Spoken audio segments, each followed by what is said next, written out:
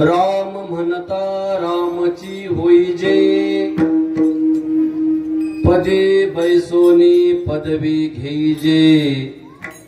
ऐसे सुख वचनी आहे, अनुभव विश्वासे अनुभव पाहे। राम रसाची चवी, आन रस रुचती केवी। ऐसे सुख वचनी आहे, विश्वासे अनुभव पाहे। तुका म्हणे चाखोनी सांगे, तुका म्हणे चाखोनी सांगे, मज अनुभव आहे अंगे। ऐसे सुख वचनी आहे, अनुभवे विश्वासे पाहे। विठ्ठल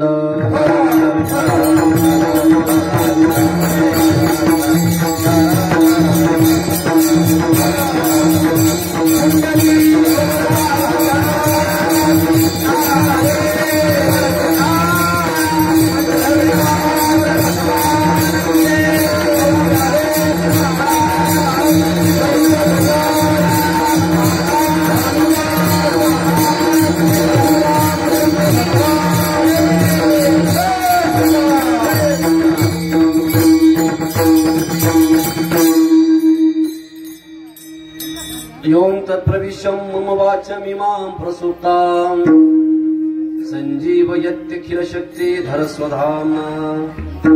अल्यांश हस्तचरण श्रवणत्वगादीन्, प्राणां नमो भगवते पुरुषाय तुभ्यं। पांडुरंगा करो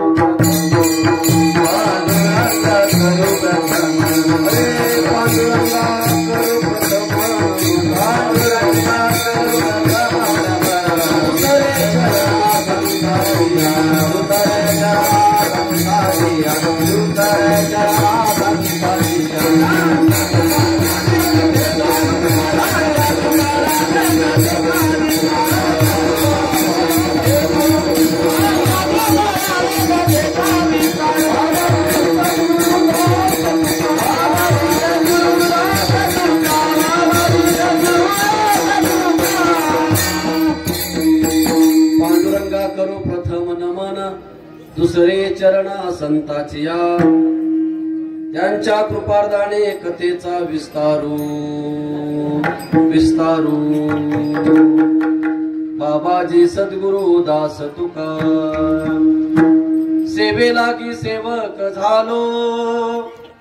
तुमच्या लागलो निज चरणा, अहो स्वामी तुकया देवा। यावरी न करावा अवघेर, नमो सद्गुरु तुकया ज्ञानदीपा। नमो सद्गुरु सच्चिदानंद रूपा, नमो सद्गुरु भक्त कल्याण मूर्ती। नमो सद्गुरु भास्करा पूर्ण कीर्ती। तुकाराम तुकाराम तुकाराम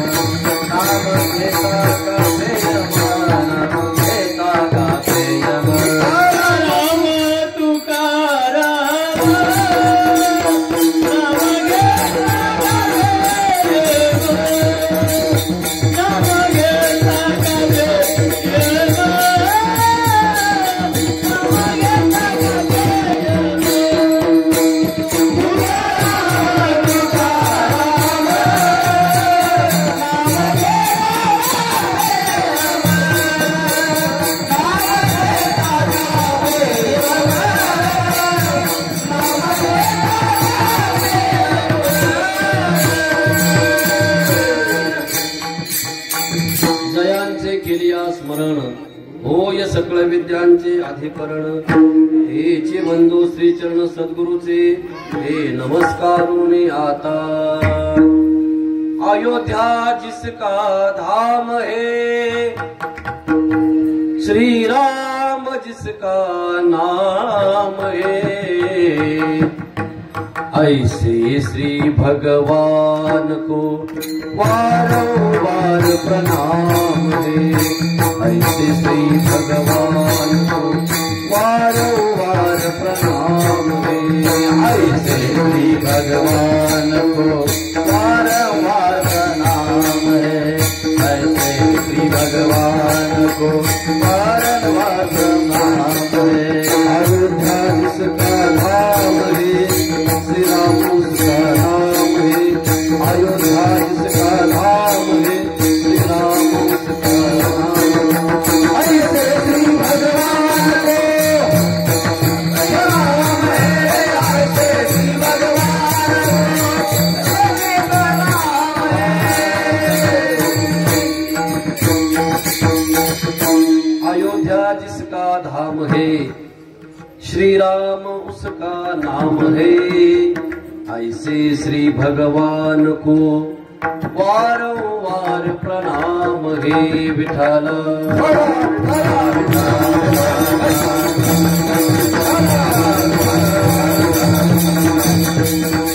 ओ राम म्हणता रामची होईजे, पदे बैसोने पदवी घेईजे।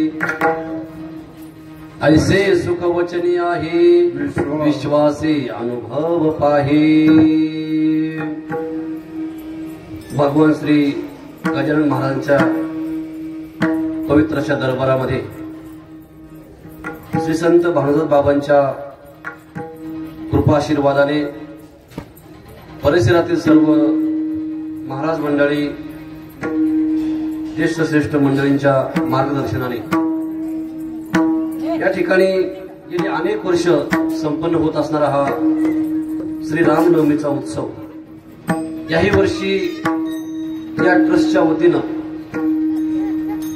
या ठिकाणी हा उत्सव साजरा होत असताना असणारी ही कीर्तनरूपी सेवा आणि या पवित्र अशा कीर्तनरूपी सेवेकरता जो अभंग मी आपल्या समोर गायला, तो अभंग देऊचे महान साधू वैराग्याचे मूर्तिमंत पुतळे जगमान्य श्रीमंत संत जगद्गुरु तुकाराम महाराज यांचा 4 चरणाचा आणि प्रभू रामचंद्रांचा आणि त्यांच्या नामाचं महत्व सांगणारा अभंग आहे. विठ्ठल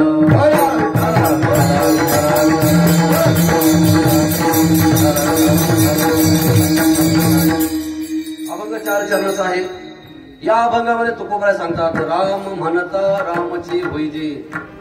राम नामाचं महत्व काय आहे तर मला सांगतात, जो कोणी राम त्या ठिकाणी राम नामाचा उच्चार करेल, राम म्हणता राम नामाचा उच्चार केल्यानंतर काय होईल तर तो प्रत्यक्ष तो साधक स्वतः भगवान स्वरूप होईल. राम म्हणता रामची होईजे, पदी बैसोनी पदवी घेजे.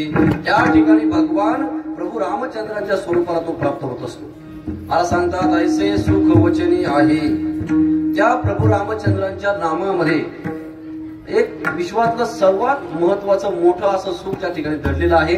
फक्त आपल्याला काय करावं लागेल, त्याच्यावरती विश्वास ठेवावा लागेल आणि आपला अनुभव घ्यावा लागेल. विश्वासे अनुभव पाहे.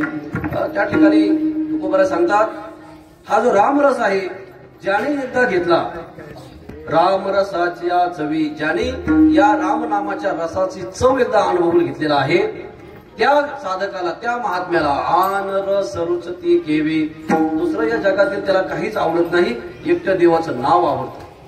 शेवटी हे सगळं सांगत असताना तुकाराम मला सांगतात, मी जे तुम्हाला सगळं सांगतोय, हे सगळं त्या ठिकाणी या सगळ्याचा मी स्वतः अनुभव घेतलाय. मी स्वतः रामनामाचं त्या ठिकाणी सेवन केलेलं आहे. रामनामाचा रस मी त्या ठिकाणी सेवन केलेला आहे आणि मला स्वतःला अनुभव आला आहे. तुका म्हणे चाखोनी सांगे. मी ते रामनाम चाखलेलं आहे, त्याचा अनुभव घेतला आहे. तुका म्हणे चाखोनी सांगे, मज अनुभव आहे अंगे. मला त्या रामनामाचा आणि त्या रामनामाचं श्रेष्ठत्व काय आहे याचा अनुभव आहे. म्हणून त्या ठिकाणी मी आम्हाला सांगत आहे, ऐसे सुख वचनी आहे. विश्वासे अनुभव पाहे. विठ्ठल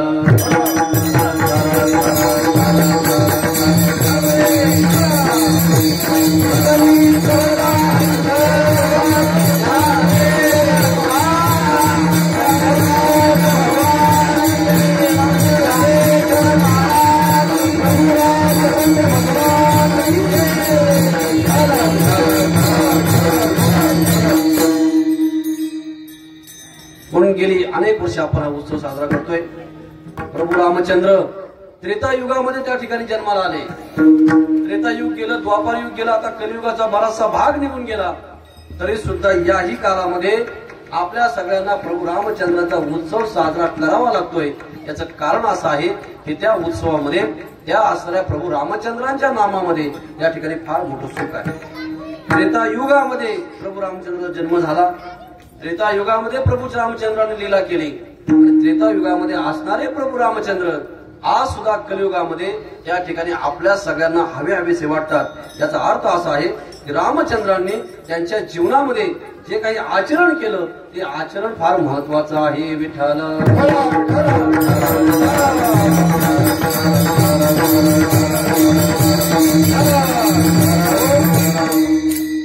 म्हणून भगवान प्रभू रामचंद्रांचं नाम आणि त्या नामाचं महत्व आज तुकोबराय आपल्याला सांगतात. या जगामध्ये विश्वामध्ये आपण सगळे जन्माला आलोय. आपल्या सगळ्यांना सुखाचा, शांतीचा, आनंदाचा आणि समाधानाचा अधिकार आहे. सगळ्यांना सुख मिळालं पाहिजे. सगळ्यांच्या जीवनामध्ये शांती, समाधान, आनंद प्राप्त झाला पाहिजे. याकरता भगवान परमात्म्यानेच तुमच्या आमच्यावरती कृपा केली. बघा, देवानं सृष्टी निर्माण केली. सृष्टी निर्माण केल्यानंतर 83,99,999 जीव निर्माण झाले. एवढे सगळे जीव निर्माण झाल्यानंतर भगवान परमात्म्याने ज्या उद्देशानं सृष्टी बनवली होती तो उद्देश मात्र सफल होईना. काय उद्देश होता की या विश्वामध्ये प्रत्येक जीवाला भगवान परमात्म्याचं असणारं सुख प्राप्त झालं पाहिजे. याकरता देवानं सृष्टी निर्माण केली.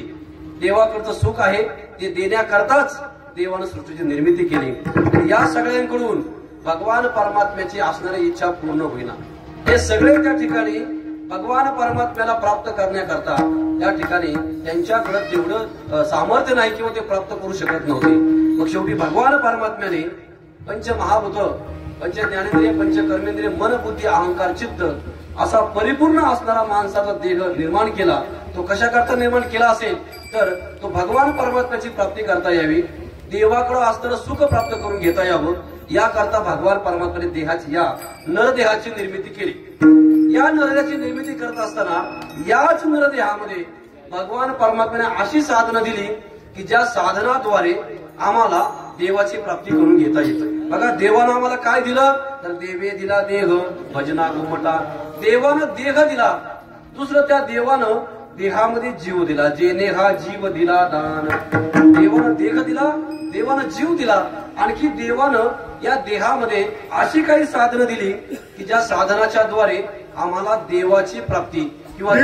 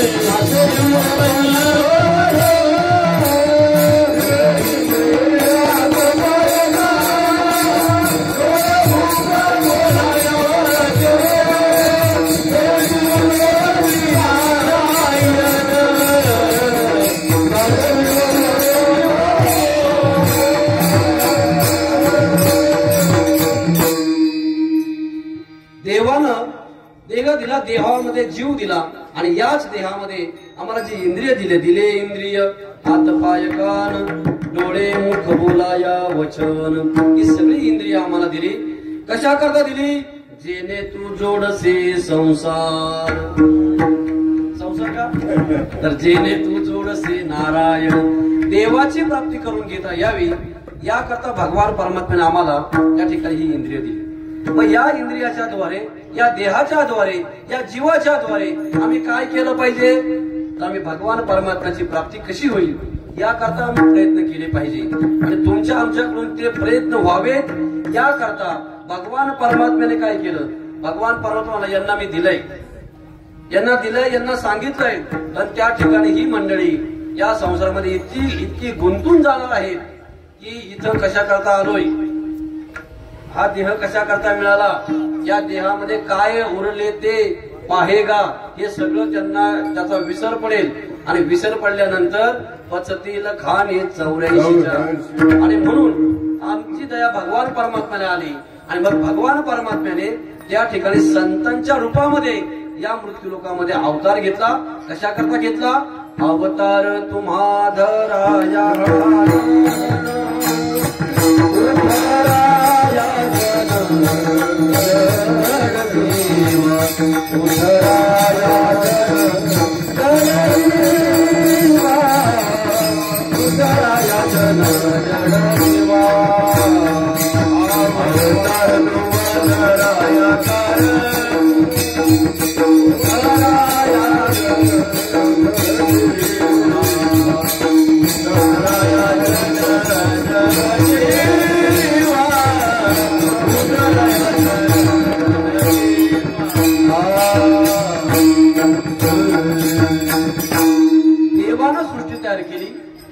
देवानं त्या ठिकाणी तुम्हाला निर्माण केलं. आणि त्याच देवानं त्या ठिकाणी तुमचा आमचा उद्धार व्हावा, आपल्याला योग्य मार्गाला जाता यावं याकरता त्याच देवानं संतांचा अवतार घेतला. कारण देव आणि संत हे भिन्न नाही. देवते संत देवते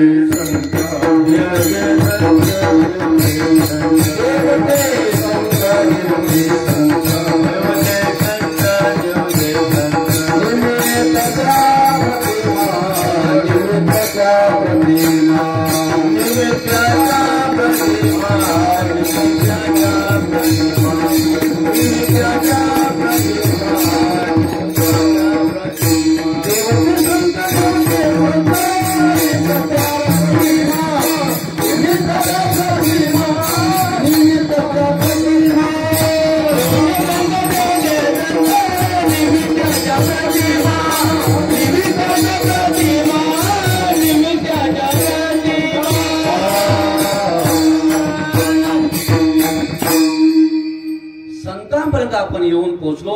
देव आणि संत वेगळे नाहीत, फक्त देवाला काही नियमाने देवाला बांधून घेतलंय. आणि म्हणून तुमचा आमचा उद्धार व्हावा याकरता देवानं संतांच्या रूपामध्ये अवतार घेतला. आणि त्या संतांनी येऊन आम्हाला त्या ठिकाणी सांगितलं, बाबा या जीवनामध्ये माणसाच्या देहाला आल्यानंतर तुम्हाला काही गोष्टीची प्राप्ती करून घ्यायची. आणि ही प्राप्ती करून घेण्याकरता नरदेह मिळालाय. पण या नरदेहामध्ये क्षणभंगूर नाही भरवसा. हा नरदेहामध्ये या ठिकाणी हा नरदेह क्षणभंगूर आहे. आणखी या नरदेहाला जे आयुष्य मिळालंय ते सुद्धा कसं आहे, तर अल्प आयुष्य मानवी देह. म्हणजे काही कमतरता सुद्धा आहेत आणि काही चांगल्या गोष्टी पण आहेत. चांगल्या गोष्टी कुठल्या आहेत, या नरदेहानं चांगली गोष्ट अशी आहे की नरदेहानं जर आपण योग्य कर्म केलं तर नर करणे करेगा. तर योग्य कर्म केलं तर नरका नारायण बन जाएगा. माणसाचा देव होण्याची ताकद या नरदेहामध्ये आहे. फक्त त्यासाठी काय करावं लागेल, देहामध्ये आल्यानंतर आम्हाला काय करावं लागेल याचे चिंतन संतांनी सांगितलं. बघा ऐका, ठीक आहे ऐका. संत त्या ठिकाणी अगदी तुम्हा आम्हाला सांगत असताना मला सांगतात, तुमचं आमचं हित व्हावं याचा विचार संत करतात. ते सांगत असताना सहज बोलणे हित उपदेश सहज सांगतात. नाही समजलं तर करोनी सायास शिकविते. अगदी तुम्हा आम्हाला शिकवण्याकरता संत काय करतात, आपल्या पाया सुद्धा पडतात. लागून या पाया विनवितो तुम्हाला घरे टाळे बोला मुखीना. असं संतांचं तुमच्या आमच्या जीवनामध्ये अनन्य साधारण महत्व आहे. आज तुकाराम महाराज या संतांच्या भूमिकेतून आपला उद्धार व्हावा, आपल्याला भगवान परमात्म्याचं सुख प्राप्त व्हावा, याकरता त्या सुखाचा उपाय सांगतात. बघा ते म्हणतात, बघा प्रभू रामचंद्र भगवान त्रेतायुगामध्ये जन्माला आले, पण त्यांनी त्यांच्या जीवनामध्ये आचरणाच्या माध्यमातून या ठिकाणी असंही काहीतरी सामर्थ्य अलौकिक निर्माण केलं. या जगाला सुखरूप करण्याकरता प्रभू रामचंद्रांचं नावच पुरेसं आहे. म्हणून त्या प्रभू रामचंद्रांच्या नावाचं जप आपण केला, ते जर रामनाम आम्ही म्हटलं तर त्या ठिकाणी आमच्या जीवनामध्ये फार मोठं एक बदल होणार आहे, फार मोठी क्रांती होणार आहे. की रामाचं नाव घेतलं तर आम्हाला रामच होता येतं. हेच तुकाराम महाराज आज सेवेकरता घेतलं. राम मनता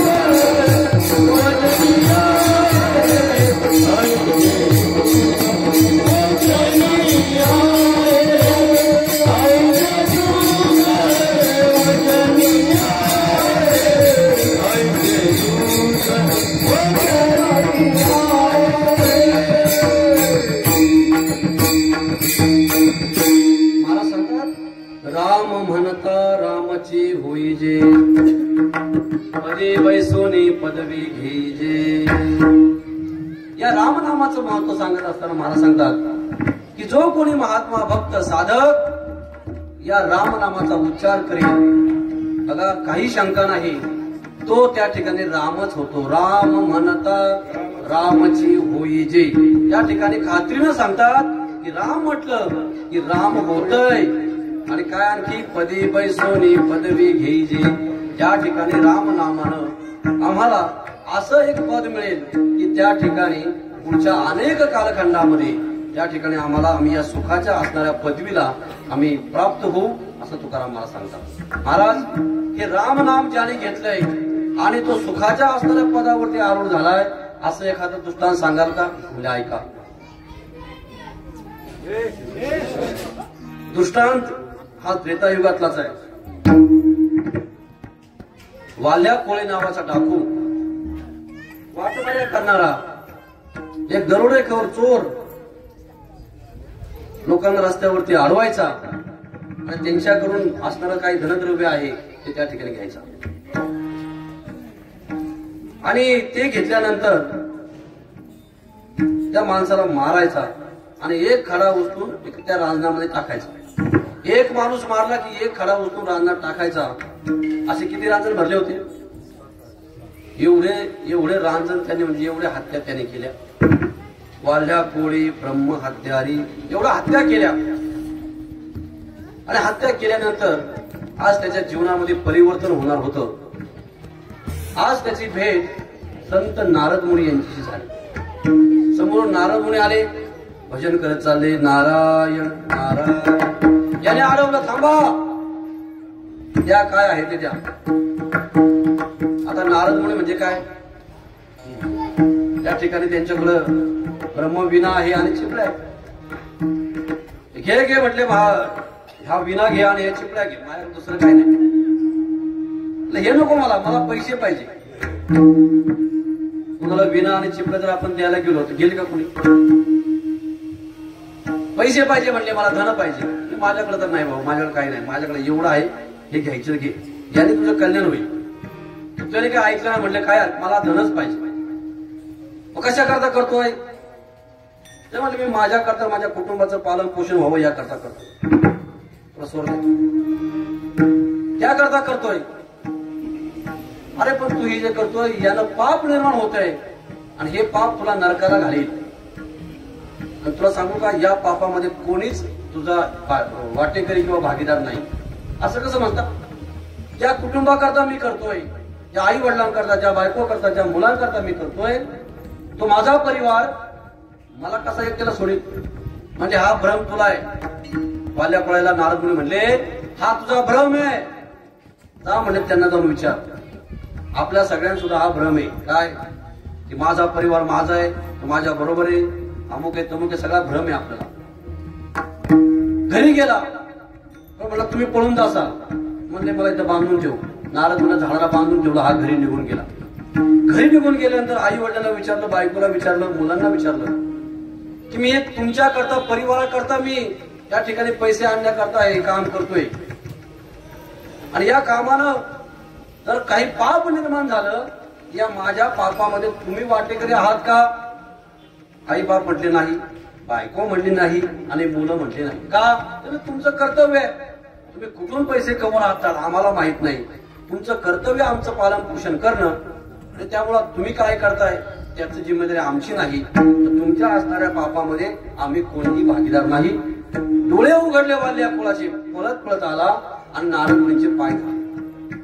नारद मुनींचे पाय धरल्यानंतर त्या ठिकाणी नारद मुनी हसले. म्हणले मी तुला सांगत होतो ना. पण कधी कधी माणसाला सांगून कळत नाही, त्याला स्वतःला अनुभव घ्यावा लागतो. मग आपण एखाद्याला सांगितलं किती तर तो ऐकत नाही. जेव्हा अनुभव येतो मग म्हणतो हा ते बरोबर तुम्ही सांगतो ते बरोबर होते, आता आम्हाला कळलं, आता आम्हाला कळलं. पण त्यावेळेस फार उशीर होऊन जातो. म्हणून कधी कधी माणसाला विश्वास ठेवून सुद्धा पुढे चाललं पाहिजे. संतांवरती विश्वास ठेवला आणि नारद मुनींना साष्टांग दंडवत केलं. म्हणजे महाराज आता बस, आता परत तिकडे जायचं नाही. मला तुम्ही माझ्या या पापातून मी कसा मुक्त होईल हे मला सांगा. ऐक, या जगामध्ये सगळी पाप घालवण्याची ताकद कशामध्ये असेल तर ती देवाच्या नावामध्ये आहे. मग कोणतं नाव आहे देवाचं? म्हणजे हरकत नाही, तू राम म्हण. अगं ज्याने आयुष्यामध्ये कधी देवाचं नाव घेतलं नाही तो कोण? वाल्या कोळी. वाल्या कोळीने कधी देवाचं नाव घेतलं नाही आयुष्यामध्ये. वाल्या कोळीने देवाचं नाव घेतलं नाही म्हणजे आयुष्यभर तो देवाचं नाव घेत नाही. तो कोण? वाल्या कोळी. नाव घेतलं नाही म्हणजे रामाचं नाव घे, राम नाम घे. म्हणलं मला राम म्हणता येईल, मला ते नाव घेता यायचं नाही. कसं म्हणू? काय करतोय, काय काम करतोय? म्हणलं मारायचं काम करतोय. म्हणलं हरकत नाही, मारा म्हण. मारा मारा मारा मारा म्हणत जा. मारा मारा मारा मारा मारा करता करता रामा रामा रामा होऊन गेलं आणि त्या ठिकाणी राम नाम ज्याचे मुखे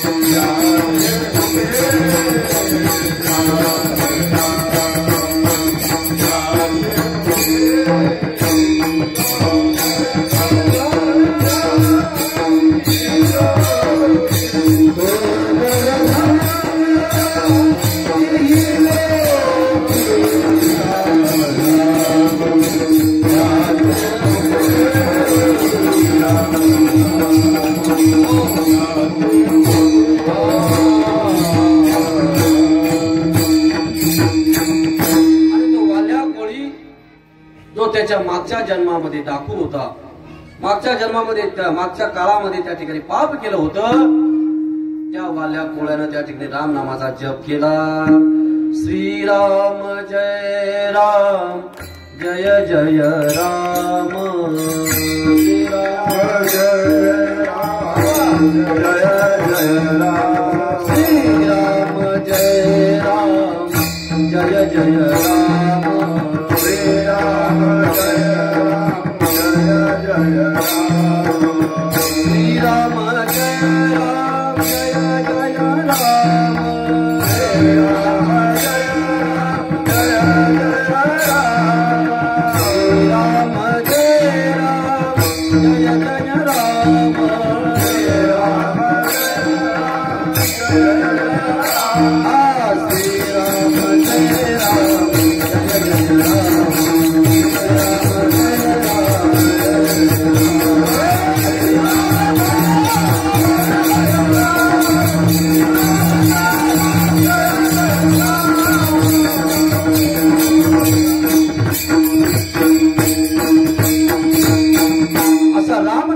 जप करत गेला.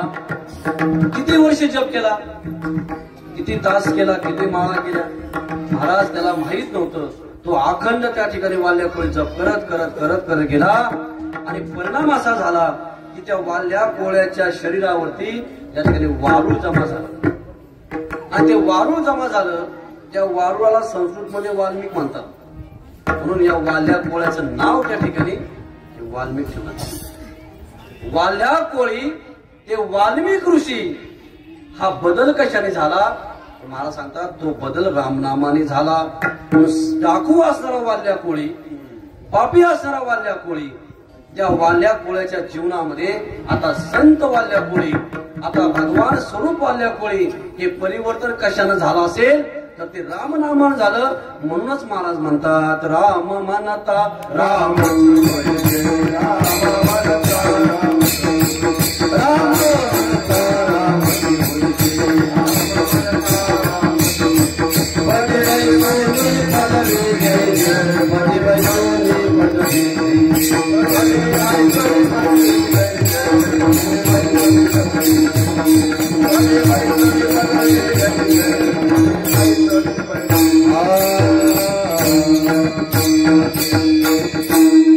डाकू वाल्या कोळी, पापी वाल्या कोळी, ते संत वाल्मिक ऋषी, इथपर्यंत परिवर्तन झालं. मला सांगतात राम म्हणता रामची होईजे. किती मोठं परिवर्तन झालं या वाल्या कोळ्याच्या जीवनामध्ये. महाराज ज्यावेळेस ते वाल्मिक ऋषी झाले त्यावेळेस भगवान प्रभू रामचंद्रांना सुद्धा त्यांनी सांगितल्याप्रमाणे किंवा त्यांनी लिहिल्याप्रमाणे बोलिले वाल्मिक तैसेचे करीन. भगवान परमात्मा सुद्धा त्यांनी सांगितलं तसं वागावं लागलं. हे पद कशाने प्राप्त झालं तर राम म्हणता रामची होईजे. मला सांगतात रामनामाचा जप केला, राम म्हटलं की राम होता येतं. पदी बैसोनी पदवी घेजे. या असणाऱ्या कलियुगामध्ये, या संसारामध्ये, या प्रपंचामध्ये अनेक अशा गोष्टी आहेत की ज्या गोष्टीसाठी आम्ही त्या गोष्टीतून सुखाची प्राप्ती करण्याकरता आम्ही प्रयत्न करतो. बघा प्रपंचामध्ये आम्ही सगळे सुखाच्या प्राप्ती करता प्रयत्न करतोय. इथं सगळ्यांना सुख पाहिजे, शांती पाहिजे, आनंद पाहिजे, समाधान पाहिजे, त्याकरता आम्ही प्रयत्नही करतोय. पण मला सांगतात जे सुख भगवान प्रभू रामचंद्रांच्या नामामध्ये आहे ते सुख या प्रपंचामध्ये नाही. अभंगाचं दुसरं चरण. ऐसे सुख वचनी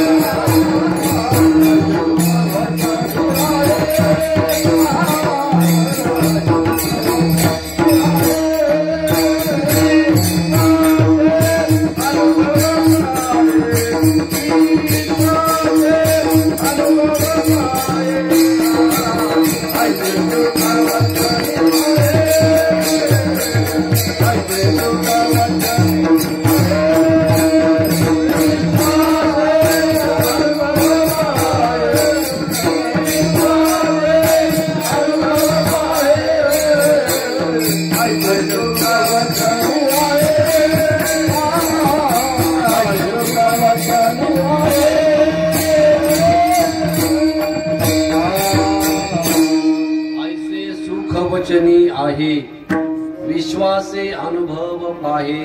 मला सांगतात या विश्वामध्ये प्रभू रामचंद्रांच्या किंवा भगवान परमात्म्याच्या नामामध्ये जे सुख आहे ते सुख या ठिकाणी या विश्वामध्ये कशानेही मिळत नाही. दुसरा कुठल्याही गोष्टीमध्ये, पदार्थामध्ये, वस्तूमध्ये या सुखाची या ठिकाणी या सुखासारखं देण्याची ताकद नाही. हे सुख फक्त नामामध्ये आहे. या प्रपंचामध्ये सगळे पदार्थ, सगळ्या वस्तू, सगळ्या गोष्टी या कधीच सुख देत नाही. फक्त आपलं वाटतं काय या सुखरूप आहे, आपलं फक्त वाटतं त्याच्यामध्ये सुख आहे. पण प्रपंचातली एकही गोष्ट नाही आदि अंती अवसानी कधी सुखी केलं नाही, सुखी करत नाही आणि सुखी करणार नाही. तर या गोष्टी कशा आहेत? या गोष्टी मायेनं आहेत. म्हणून मायेनं असणारा जो संसार आहे त्या संसारामधल्या या गोष्टी आपल्याला सुख देऊ शकत नाही. पण भगवान परमात्म्याचं नाम हे मात्र मायेच्या विरहित आहे. माया सुद्धा त्याला काही करू शकत नाही. असं भगवान परमात्म्याचं नाम आहे. त्या नामामध्ये खरं सुख आहे. आता सुख म्हणजे काय ऐका. सुख या शब्दाचा अर्थ असा आहे की दुःखाची निवृत्ती आणि भगवान परमात्म्याची प्राप्ती याला सुख म्हणतात. दुःख गेलं पाहिजे आणि भगवान परमात्म्याची प्राप्ती झाली पाहिजे. हे झालं की मग त्याला सुख झालं असं म्हणता येतं. माऊली ज्ञानोबा वर्णन करतात, किंबहुना सोये जीव आत्मयाची लाहे तेच जे होय तया नाम सुख. भगवान परमात्म्याची प्राप्ती या जीवाला होणं याला खरं सुख म्हणतात. आणि ते सुख आम्हाला प्राप्त करण्याकरता नरदेह दिला आणि या नरदेहामध्ये त्या सुखाच्या प्राप्तीची साधनं दिली. आम्ही फक्त काय केलं पाहिजे? आम्ही विश्वासे अनुभव पाहे. आमचा विश्वास त्या ठिकाणी त्या गोष्टीवरती पाहिजे. अरे विश्वास महत्वाचा आहे. जर जीवनामध्ये विश्वास नसेल, लोक म्हणतात विश्वास आता कुठे मिळत नाही, विश्वास त्या ठिकाणी संपला. पण परमार्थामध्ये असणाऱ्या अध्यात्मामध्ये आम्हाला संतांवरती विश्वास ठेवला पाहिजे. मला सांगतात मी सुद्धा माझ्या जीवनामध्ये त्या ठिकाणी विश्वास ठेवला. कुणावरती? प्रपंचावर ठेवला नाही. त्या ठिकाणी प्रपंचातल्या माझ्या परिवारावर ठेवला नाही. त्या ठिकाणी माझ्या मित्रमंडळीवर ठेवला नाही. मी कुणा विश्वास ठेवला? संताची पायी हा माझा विश्वास, सर्व भावे दास झालो त्यांचा. का विश्वास ठेवला? कारण मला खात्री आहे काय, त्याची माझे हित करीती सकळ, तिने हा गोपाळ कृपा करी. भगवान परमात्मा कृपा करील असं त्या ठिकाणी साधन फक्त सांगणारे कोण आहेत? तर ते संत आहेत. म्हणून आपण सुद्धा त्या संतांवरती विश्वास ठेवला पाहिजे. त्यांच्या वचनावरती विश्वास ठेवला पाहिजे. ऐसे सुख वचनी आहे. तिथं खरं सुख आहे. मला सांगता फक्त काय करा? या वचनावरती विश्वास ठेवा आणि अनुभव घ्या. कारण नुसता विश्वास ठेवून उपयोग नाही, अनुभव पण घेतला पाहिजे. एकानं काय केलं? एकाला महाराज खोकला झाला म्हणून तो डॉक्टरकडे गेला. त्यांना कळलं की डॉक्टर साहेब हे खूप चांगले आहेत. त्याने त्यांच्यावरती विश्वास ठेवून तो पेशंट त्या डॉक्टरकडे गेला. डॉक्टर साहेबांनी त्याला चिठ्ठी लिहून दिली, म्हणजे हे औषध त्या ठिकाणी सकाळ संध्याकाळ घ्या. डॉक्टरवरती विश्वास ठेवून तो माणूस गेला. त्याने ते औषध घेतलं, घरी आला. घरी आल्यानंतर 5 दिवसांनी परत डॉक्टरकडे गेला. म्हणजे काय? म्हणजे अहो खोकला बरा झालाच नाही. म्हणजे मी तुम्हाला औषध लिहून दिलं? हो म्हणलं औषध लिहून दिलं होतं. ते औषध मी घरी येऊन गेलो. मग घरी येऊन गेलं तर काय केलं? म्हणजे काय नाही, मी तसंच ठेवून दिलं. जे औषध तुम्हाला त्या ठिकाणी घ्यायला दिलंय ते जर तुम्ही तसंच ठेवलं. बघा विश्वास होता का नाही? डॉक्टरवरती विश्वास होता म्हणून त्या ठिकाणी गेले. डॉक्टरने सांगितलेलं औषध त्या ठिकाणी मेडिकलमध्ये विकत घेतलं. हे सगळं विश्वास होता म्हणून केलं. पण ते औषध त्या ठिकाणी त्याने स्वतः घेतलं नाही. म्हणजे अनुभव घेतला का? आणि अनुभव घेतला नाही त्यामुळे त्या ठिकाणी त्याला बरं वाटलं नाही किंवा फरक पडला नाही. म्हणून जीवनामध्ये विश्वास ठेवा आणि त्याचा अनुभव पण घ्या. म्हणून विश्वासे अनुभव पाहे. विश्वास ठेवा संतांवरती आणि संतांनी सांगितलेला जो मार्ग आहे त्या मार्गावरती चालण्याचा प्रयत्न करा. कारण मार्ग गाऊन गेले आधी दयानिधी सद्गुणते. संतांनी सांगितलेला मार्ग हा विश्वासाचा आहे आणि त्या मार्गाने गेल्यानंतर तिथं अनुभव घ्या. अनुभव घेतल्यानंतर काय होईल? आमच्या जीवनामध्ये प्रचिती आम्हाला येईल की ऐसे सुख वचनी आहे. त्या ठिकाणी असं सुख त्या ठिकाणी तुम्हाला प्राप्त होईल. शेवटी पुढे महाराज सांगतात या विश्वामध्ये जी काही सुखाची जी काही साधनं तुम्हाला आम्हाला दिसतात या सगळ्या साधनामध्ये एवढं सुख नाही की जर साधना आम्ही करायला गेलो तर आम्हाला सुखाची प्राप्ती होऊ शकत नाही. म्हणून रामरस जो आहे तो रामरस ज्यांनी ज्यांनी सेवन केला, रामरसाचं ज्यांनी ज्यांनी पान केलं, रामरस ज्यांनी ज्यांनी घेतला, सोप्या भाषेत सांगायचं, ज्यांनी ज्यांनी देवाचं नाम घेतलं त्यांना इतर साधनं करण्यामध्ये त्यांना कुठलाही रस राहत नाही. हेच तुकाराम महाराज अभंगाच्या 3ऱ्या चरणात सांगतात.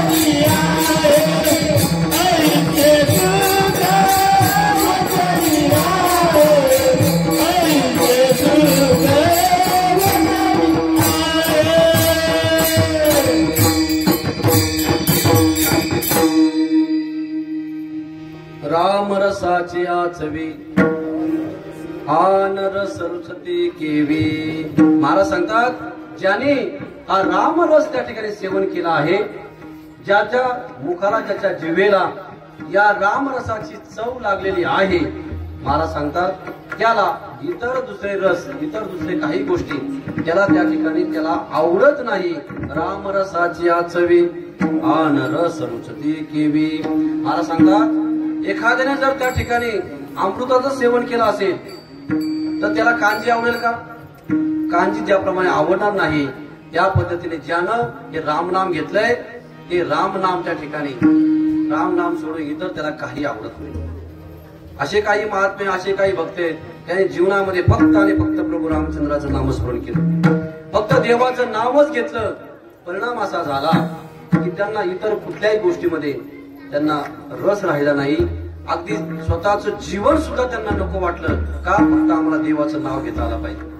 बघा, रामायणामध्ये एक प्रसंग आला, ज्यावेळेस रावण सीता मैयाला घेऊन चाललेले आहेत आणि ते त्या ठिकाणी जटायूनं पाहिलं आणि जटायूनं त्या ठिकाणी पाहिलं की हा रावण दशरथाच्या असणाऱ्या सुनेला घेऊन चाललाय, प्रभू रामचंद्रांच्या बायकोला घेऊन चाललाय, आणि म्हणून त्याला अडवण्याचा प्रयत्न रावणानं केला. जटायूनं प्रयत्न करत असताना घनघोर युद्ध झालं महाराज. आणि या युद्धामध्ये त्या ठिकाणी रावणानं काय केलं, आता हा हरत नाही ना, हा हरत नाही म्हणून त्या ठिकाणी एक युक्ती केली. काय म्हणजे, तुझं मरण कशामध्ये, मी माझं मरण सांगतो, तुझं मरण सांग.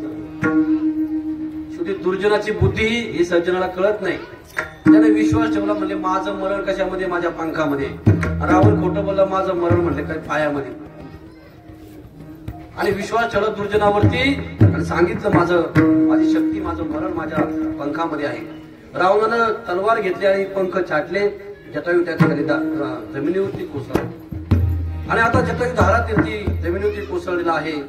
मरणप्राय त्या ठिकाणी शेवटच्या घटका मोजत असताना कर्मधर्म संयोगानं, पकटोका कर्मधर्म संयोगानं त्या ठिकाणी प्रभू रामचंद्र आणि लक्ष्मण भैया सीतेचा शोध घेत चालले होते. सीतेचा शोध घेत असताना त्यांनी पाहिलं की हा पक्षीराज असणारा त्या ठिकाणी पडलेला आहे आणि रक्तभंबाळ झालाय, शेवटच्या घटका मोजतोय आणि मुखामध्ये काय राम श्रीराम श्रीराम असा जप तो जटायू त्या ठिकाणी करतोय. प्रभू रामचंद्राने पाहिलं, जवळ घेतलं आणि जवळ गेल्यानंतर त्याचं असणारं डोकं आपल्या मांडीवरती ठेवलं. नामस्मरण जप चालू आहे. श्रीराम जय राम जय जय राम. लक्ष्मण भैया त्या ठिकाणी म्हणजे आता हा मरणार आहे म्हणजे याला थोडं पाणी पाजावं म्हणून पाणी घेऊन आले आणि पाणी पाजण्याकरता त्या ठिकाणी ते भांड त्यांच्या तोंडासमोर धरलं. जटायू त्या ठिकाणी ते पाणी पित नाही. पाणी पित नाही का? कारण त्याचा जप चालू आहे. श्रीराम जय राम जय जय राम. लक्ष्मण भैयाने विचारलं की दादा हा पक्षी हा पाणी का पित नाही, याला जगायचं नाही का?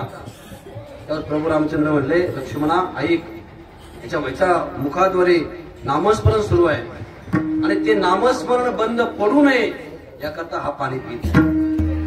जटायू अंतःकरणामध्ये जटायू मनातल्या मनात म्हणतोय, अये रावण महे रावण जाना घात करीते आमोच्या प्राणा, घात करीते आमोच्या प्राणा, घात करते आमोच्या प्राणा. अये रावण महे रावण जाना घात करीते आमोच्या प्राणा, घात करीते आमोच्या प्राणा.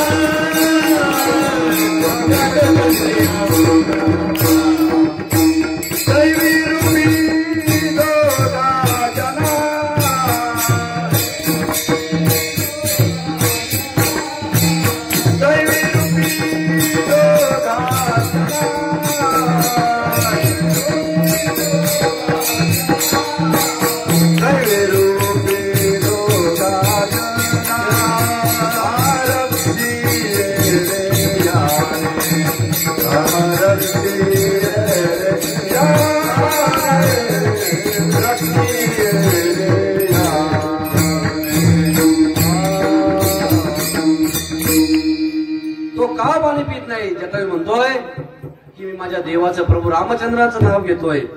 जर मी पाणी पिलं तर त्या पाण्याच्या घोटामुळं माझं नामस्मरण बंद पडेल. एवढी धारणा नामधारकाची पाहिजे. देवाचं नाव त्या ठिकाणी जीव गेला तरी चालेल पण देवाचं नाव सुद्धा कामा नये. आणि ज्यांना त्या देवाच्या नावाची आवड आहे, ते रस किती महत्वाचा आहे, ते नाम किती चांगलं आहे याची जाणीव ज्याला झाली, महाराज त्याला दुसरं या जगामधलं काहीच आवडत नाही. मेरो तरी चालेल पण नाम बंद पडता कामा नये. म्हणून त्या ठिकाणी या जटायू महाराजांची सुद्धा ख्याती झाली. जटायू महाराजांचं चरित्र त्या ठिकाणी रामायणामध्ये घेतलं जातं. पदी पैसोनी पदवी घ्यायची. हे कशामुळे झालं तर त्या ठिकाणी जटायू महाराजांनी सुद्धा देवाचं नामस्मरण घेतलं आणि ते नामस्मरण घेत असताना स्वतःचा जीव गेला तरी चालेल पण नामस्मरण बंद होता कामा नये. राम रसाची चवी आन रस रुचली घेवी. दुसरा तिसरं त्या ठिकाणी त्या नामधारकाला काहीच आवडत नाही. शेवटी तुकाराम महाराज सांगतात, बघा मी तुम्हाला मगाचपासून सांगतोय की देवाचं नाव श्रेष्ठ आहे. या नरदेहामध्ये देवाचं नाव घेतलं पाहिजे. या नरदेहाला आलोय आपण तो देवाचं नामस्मरण करण्याकरता आलोय. कारण जर आम्ही त्या ठिकाणी नाव घेतलं नाही तर आम्हाला पुन्हा मागच्या जन्मात मागच्या योनीमध्ये नीच योनीमध्ये पशु योनीमध्ये जावं लागेल. म्हणून ते सगळं टाळायचं असेल तर देवाचं नाव घ्या. महाराज म्हणतात मी सांगतो ऐका, विश्वास ठेवा. राम म्हणता रामची होईजे, पदी बैसून पदवी घ्यायची. त्या रामनामाचं सुख आहे. माझ्या वचनावरती विश्वास ठेवा आणि अनुभव घ्या. ऐसे सुख वचनी आहे विश्वास हे अनुभव पाहे. महाराज सांगतात त्या रामरसाशिवाय या जगामध्ये रामरसाची चवी आन रस रुचती केवी. जगामध्ये सगळं बाकीचं या रसापुढं पिकं आहे, रामनामापुढं सगळं पिकं आहे. महाराज सांगतात हे तुम्हाला मी सांगतोय. का सांगतोय तर त्या ठिकाणी मी स्वतः ते राम नाम घेतलंय, मला त्याचा स्वतःला अनुभव आहे. अभंगाचं शेवटचं तुका मन चाकून सांगे, तुका मन चाकून सांगे, तुका मन चाकून सांगे, तुका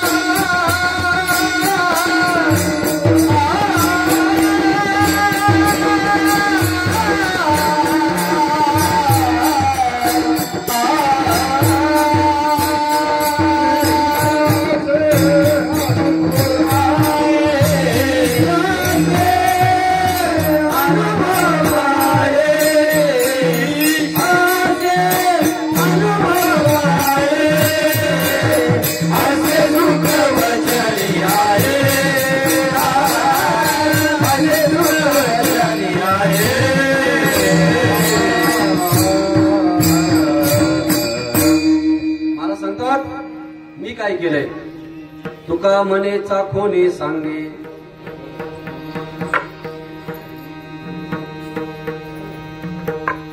त्या ठिकाणी मी जे सांगतोय त्याचा मी स्वतः अनुभव घेतलाय.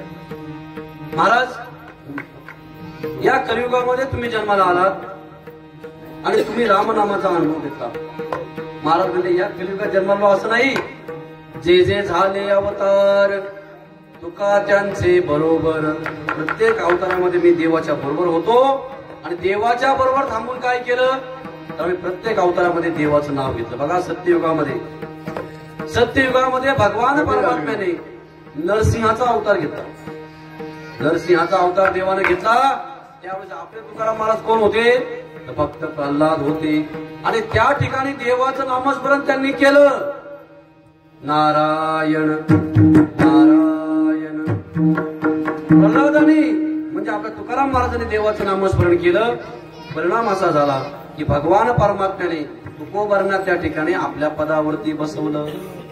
पुढच्या असणाऱ्या द्वापार युगामध्ये त्या ठिकाणी प्रभू देवानं श्रीकृष्णाचा अवतार घेतला.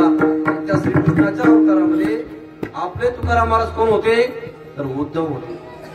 उद्धव या भूमिकेमध्ये तुकाराम महाराजांनी काय केलं तर त्या ठिकाणी त्यांनी देवाचं नामस्मरण चिंतन केलं. बिघडले पाहू.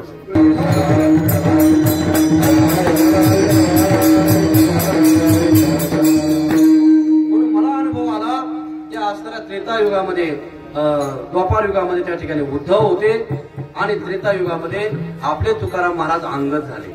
काय झालं, देवाचं नामस्मरण केलं. इतकं नामस्मरण केलं की भगवान परमात्म्याची शक्ती या प्रत्येक जन्मामध्ये तुकोबारायांच्या बरोबर होती. कलियुगामध्ये महाराजांनी अवतार घेतला. याही वेळेस महाराजांनी काय केलं, देवाचं नामस्मरण केलं. महाराज सांगतात त्या नामस्मरणाच्या जोरावरती काय परिणाम झाला, काय बदल झाला, काय आम्हाला मिळालं तर आमच्या जीवनामध्ये नारायण भजनात रंगलो रंगलो हरी भजनी रंगलो रंगलो हरी भजनी.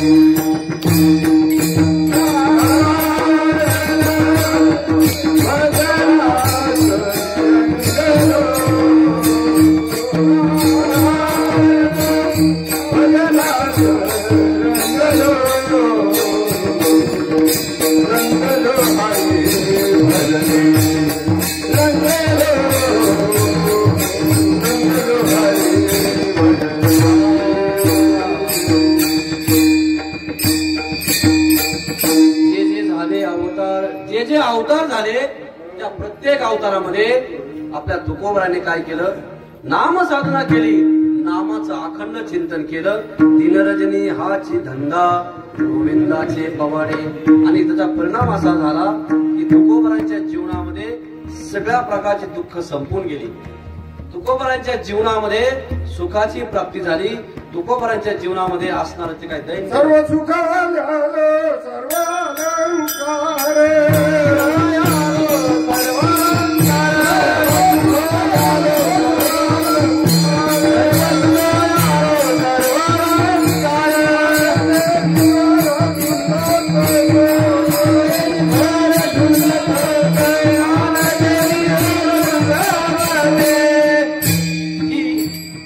तुकोबारांच्या जीवनामध्ये अवस्था कशामुळे झाली तर तुकोबारांनी भगवान परमात्म्याचं याच अभंगामध्ये सदा नाम घोष करू हरी कथा येणे सदा चित्ता समाधान. चित्ताला समाधान मिळालं, सगळी दुःख संपली. एवढंच नाही तर तुकोबारांनी त्या ठिकाणी काळावरती म्हणजे मरणावरती सुद्धा विजय मिळवला. मरण माझे मरुनी गेले हे म्हणायची ताकद कुणाची आहे का? माझं मरण मरून गेलंय असं म्हणायची कुणाची ताकद आहे का? कुणाची ताकद नाही. पण आपले तुकोबाराय म्हणतात, कशा जोरावर म्हणतात तर त्यांना माहिती भगवान परमात्म्याच्या नामामध्ये ताकद आहे. महाराज म्हटले मी ते नाव घेतलंय, मी ते चाखून पाहिलंय. तुका म्हणे चाखून सांगे. मी अनुभव घेतलाय आणि अनुभव घेऊन तुम्हा आम्हाला सांगतोय. अनुभव घेतला, जीवनामध्ये बदल झाला आणि तुम्हा आम्हाला सांगतोय तुम्ही देवाचं नामस्मरण करा. चला या ठिकाणी या असणाऱ्या पवित्र अशा ठिकाणामध्ये संतांनी सांगितलं देवाचं नाव घ्या. आता ही संधी प्राप्त झाली, आपणही देवाचं नाव मोठ्या आनंदाने घेऊया. सगळ्यांनी हात वरती करा. चला विठोबार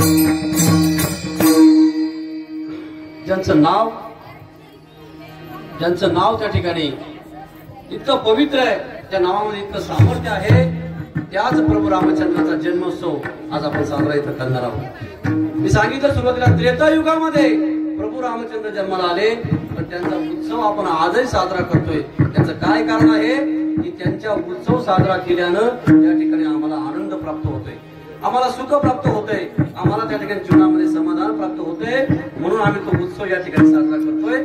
महाराज, त्या प्रभू रामचंद्राचं चरित्र कसं आहे बघा. राजा दशरथ अयोध्येचा राजा आहे आणि या दशरथाला 3 बायका आहेत, कौशल्या, सुमित्रा आणि कैकेयी. 3 बायका असूनही त्याला पुत्र संतती नाही. आणि या जगामधलं सगळ्यात मोठं दुःख काय असेल तर पोटी मूल नसणं, हे सगळ्यात मोठं दुःख आहे. पुत्रहीनस्य मे राज्यम सर्व दुःखाय कल्पते. पोटी मूल नाही हे दुःख आहे. आणि या दुःखातून त्या ठिकाणी राजाला त्याचा राज्य कारभार करताना तो राजा कायम दुःखी असायचा. मग काय करावं म्हणून त्या ठिकाणी त्यांच्या असणाऱ्या कुलगुरूंनी सांगितलं की तुम्ही एक यज्ञ करा आणि त्या यज्ञाच्या माध्यमातून त्या ठिकाणी तुम्हाला पुत्राची प्राप्ती होऊ शकते. आणि यज्ञ करण्याकरता काय करावं लागेल तर त्या ठिकाणी म्हणजे तुम्हाला बळी देण्याकरता बळी द्यावा लागेल. आणि मग बळी देण्याकरता ते सावज प्राणी घेण्याकरता ते दशरथ राजा शिकारीला गेले. शिकारीला गेल्यानंतर बराच वेळ झाला, शिकारी मिळाली नाही. म्हणून एका झाडाच्या आडोशाला बसले, तहान लागली, भूक लागली, काय करावं सुदेना. आणि त्या झाडाच्या बाजूला एक तळ आहे, एक सरोवर आहे. त्या सरोवरामध्ये एखादा प्राणी पाणी पित आहे असा आवाज आला आणि आवाजाच्या दिशेनं दशरथ राजानं बाण सोडला. मला हा बाण राजा दशरथचा म्हणजे सामान्य माणसाचा नाहीये, अनेक वेळा देवांना सुद्धा ज्याने विजय प्राप्त करून दिला असा राजा दशरथ. आणि त्याचा बाण आहे, त्या बाणानं बरोबर वेध घेतला. पण महाराज असा घात झाला की तिकडनं जो आवाज आला तो आवाज प्राण्याचा नाही तर माणसाचा आवाज होता. वाचू निरो वाचू असा आवाज होता. राजा दशरथाला समजलं की माझ्या हातून माझा बाण एखाद्या माणसाला लागलेला आहे. दशरथ राजा पळत सुटला आणि पळत सुटल्यानंतर त्या ठिकाणी सरोवराच्या ठिकाणी आल्यानंतर तिथं पाहिलं तर एक अतिशय तरुण असणारा युवक त्या ठिकाणी रक्ताच्या थारोड्यामध्ये आहे. त्याचा बाण बरोबर मर्मस्थानी लागलेला आहे आणि आता तो मरणार आहे. त्यांनी विनंती केली, राजा ऐक, माझ्या आई वडिलांनी एवढं पाणी नेऊन दे. तू कोण आहेस श्रावण आहे. माझे आई वडील अंधपंगू आहेत, त्यांना तीर्थयात्रा घडावी म्हणून मी घेऊन चाललोय. त्या झाडाखाली त्यांना बसवलंय. तहान लागली म्हणून इथं मी आलो आणि हे कमंडलू इथं घेऊन आलोय. ते कमंडलू पाणी भरण्याकरता पाण्यात बुडवलं आणि तितक्यामध्ये तुझा बाण मला लागला. दशरथे मारिला बाण, दशरथे मारिला बाण, रावणा रावणा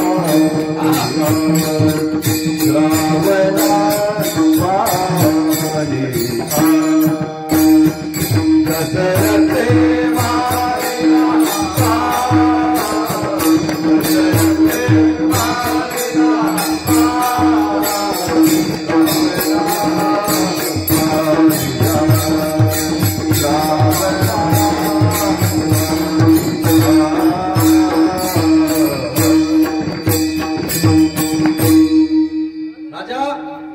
श्रावण बाळ आहे, पण आता मी काही वाचणार नाही. माझे आई वडील त्या झाडाखाली बसले, त्यांना एवढं पाणी नेऊन दे. त्यांनी प्राण सोडला. राजा दशरथ कमंडलू घेतलं, पाणी भरलं आणि गेला. ज्या झाडाखाली आई वडील बसले होते तिथं गेला. आई वडील वाट पाहतात, आला नाही. काय झालं असेल? मनामध्ये नाना विकल्प. एखाद्या प्राण्यानं मारलं नसेल ना, गळ्यामध्ये काय झालं नसेल ना, नाना विकल्प आई वडिलांच्या मनामध्ये येऊ लागले. तितक्यात पावलांची चाहूल आली. चाहूल आल्यानंतर त्या ठिकाणी म्हणले, श्रावणा का रे उशीर झाला? इकडं राजा दशरथ काही बोलत नव्हता. पाण्याची ती कमंडलू हातामध्ये दिलं. आई म्हणते, जर तू बोलला नाहीस तर मी पाणी पिणार नाही. शेवटी नाईलाज झाला. सांगितलं की मी श्रावण बाळ नाही, मी राजा दशरथ आहे. अरे तू राजा आहेस, पण आमचा राजा कुठे आहे? प्रत्येक आईला, प्रत्येक वडिलांना त्यांचं मूल हे राजासारखं वाटत असतं. कुठे राजा आमचा? सांगितलं, तुमचा बाळ माझ्या हातून मारला गेला, मारला गेला. हे वाक्य ऐकलं, मरणासन्न अवस्थेत पडले. राजा, आमचा श्रावण बाळ तू मारलास. आज आम्ही त्या श्रावण बाळाच्या वियोगानं आम्ही मरतोय. तुला शाप देतो आम्ही की तू सुद्धा त्या ठिकाणी पुत्राच्या वियोगानं मरशील. राजा दशरथाला शाप मिळाला. राजा दशरथ घरी आला. त्या ठिकाणी घरी आल्यानंतर एका बाजूला सुख आहे, एका बाजूला दुःख आहे. काय सुख आहे?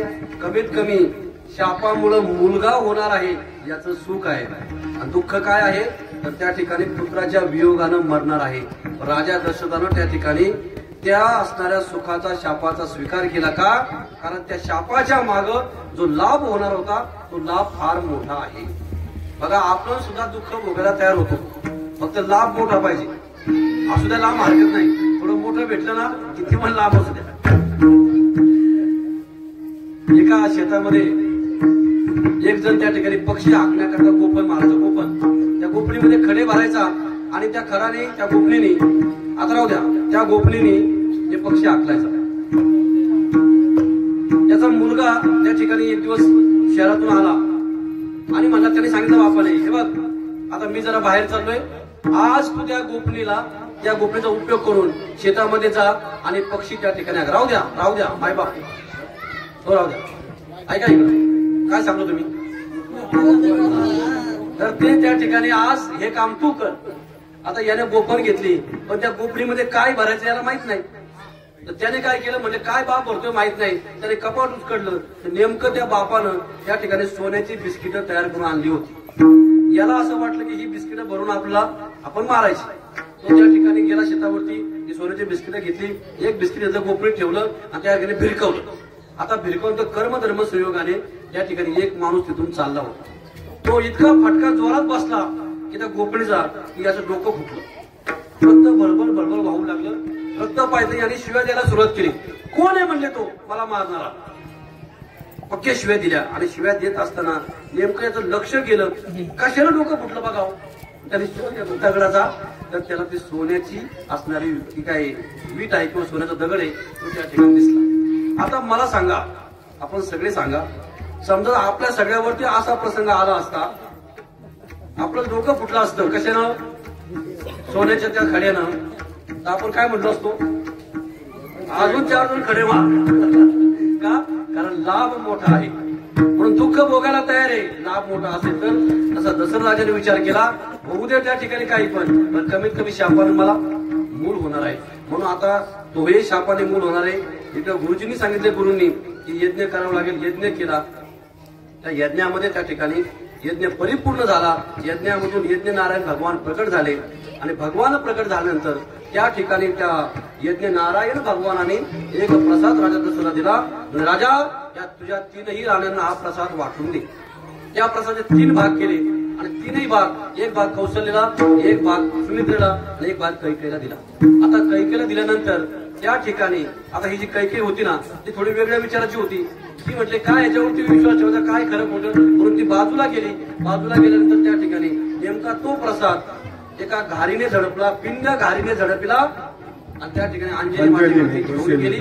म्हणजे हनुमान रायांचा जन्म त्या ठिकाणी पुढच्या वेळेस तो होणार आहे. आणि म्हणून हे 2 भाग 3 भाग दिल्यानंतर आता कैकेयीला नाही काही, म्हणून काय केलं, कौशल्याने एक भाग आणि सुमित्रेने एक भाग, असे 2 भाग त्या ठिकाणी कैकेयीला दिले. म्हणून एका भागानं कौशल्य राम झाला, एका भागानं सुमित्र लक्ष्मण झाला आणि 2 भागानं भरत आणि शत्रुघ्न त्या ठिकाणी असणाऱ्या कैकेयीला झाले. म्हणून असे 3 भाग त्या ठिकाणी दिल्यानंतर आता हळूहळू या 3ही राण्यांना दिवस गेल्यानंतर आता मूल होणार आहे, त्या ठिकाणी बाळ होणार आहे. त्या ठिकाणी भगवान परमात्मा अवतार घेणार आहे. म्हणून सगळी सृष्टी नटली. या सृष्टीवरती त्या ठिकाणी पापाचं ओझं झालंय. ते पापाचं ओझं, ती असणारी सृष्टी कधी यातून मुक्त होईल. देवाला प्रार्थना करते, श्री अनंता मधुसूदना. देवाला प्रार्थना केली की देवा तू लवकर ये आणि असणारा माझ्यावरचा भार त्या ठिकाणी तू दूर कर. देव म्हटले काळजी करू नका, मी अवतार घेणार आहे. तो अवतार कुठे घेणार आहे, तर या अयोध्येमध्ये राजा दशरथाच्या असणाऱ्या कौशल्याच्या उदरी त्या ठिकाणी प्रभू रामचंद्र भगवान जन्माला येणार आहे. तोच आजचा दिवस आहे. या दिवशी काय झालं, आज या दिवशी सगळी सृष्टी त्या ठिकाणी नटली. सगळे ऋषीगण देवमुनी भगवान परमात्म्याच्या जन्माची त्या ठिकाणी वाट पाहू लागले. आज भगवान परमात्मा जन्माला येणार आहे. तोच जन्मोत्सव जो त्रेतायुगामध्ये झाला, तोच जन्मोत्सव आपण या ठिकाणी साजरा करणार आहोत. आपल्या या जेवरवाडीच्या या गजानन महाराजांच्या मठामध्ये भानुदास बाबांच्या असणाऱ्या पवित्र सानिध्यामध्ये आपण हा उत्सव साजरा करतोय. सर्वांना फुलं वाटली का? फुलं वाटली. त्यानंतर ठिकाणी आपल्याला 1-2 मिनिटं देवाचं भजन घेऊया, जन्माचा अभंग घ्या आणि त्या ठिकाणी आपण फुलं उधळून हे करूया. तर सर्वांनी देवाचं भजन करा. 4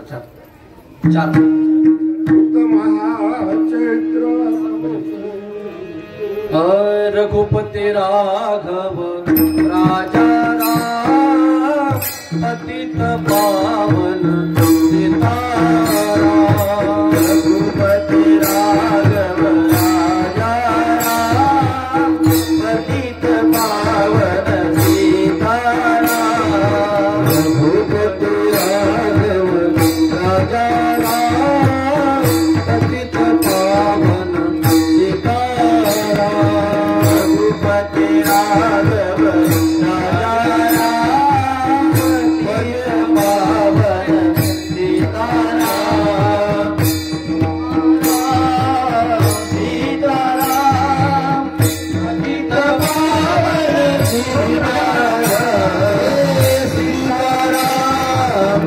सीताराम पतित पावन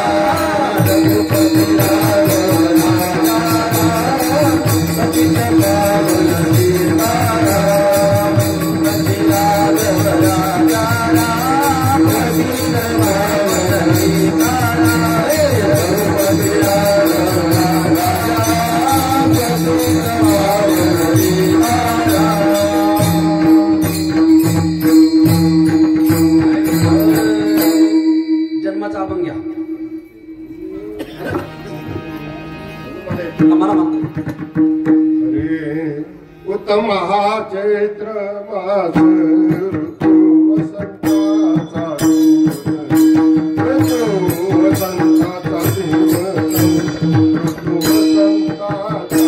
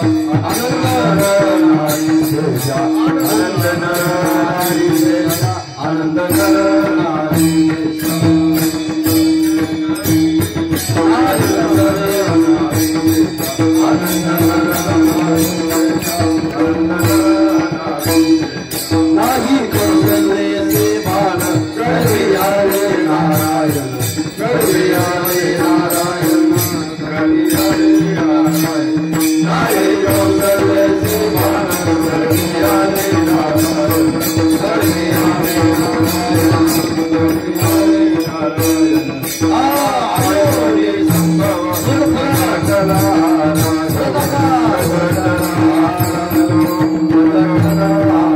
hey, hey, hey, hey,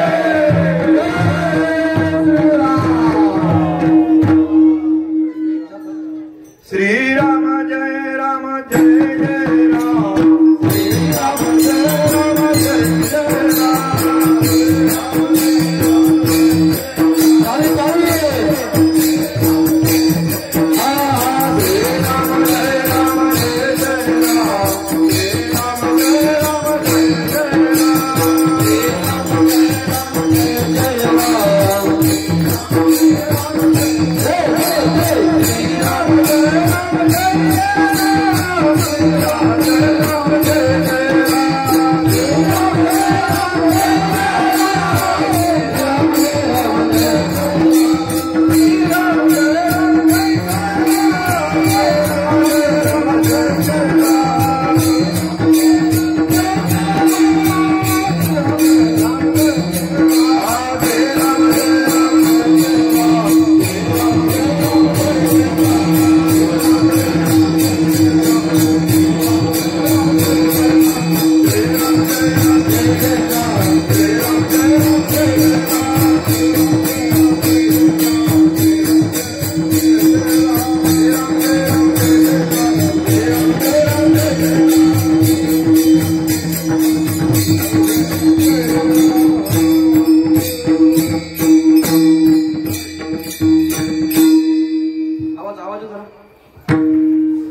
माता माता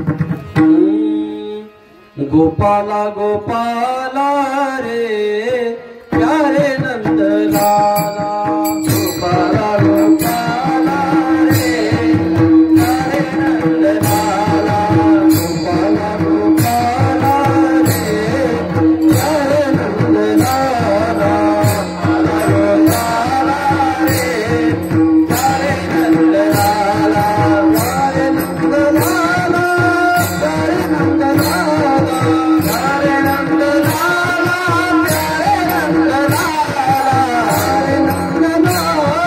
प्यारे नंद लाला प्यारे नंद लाला प्यारे नंद लाला प्यारे नंद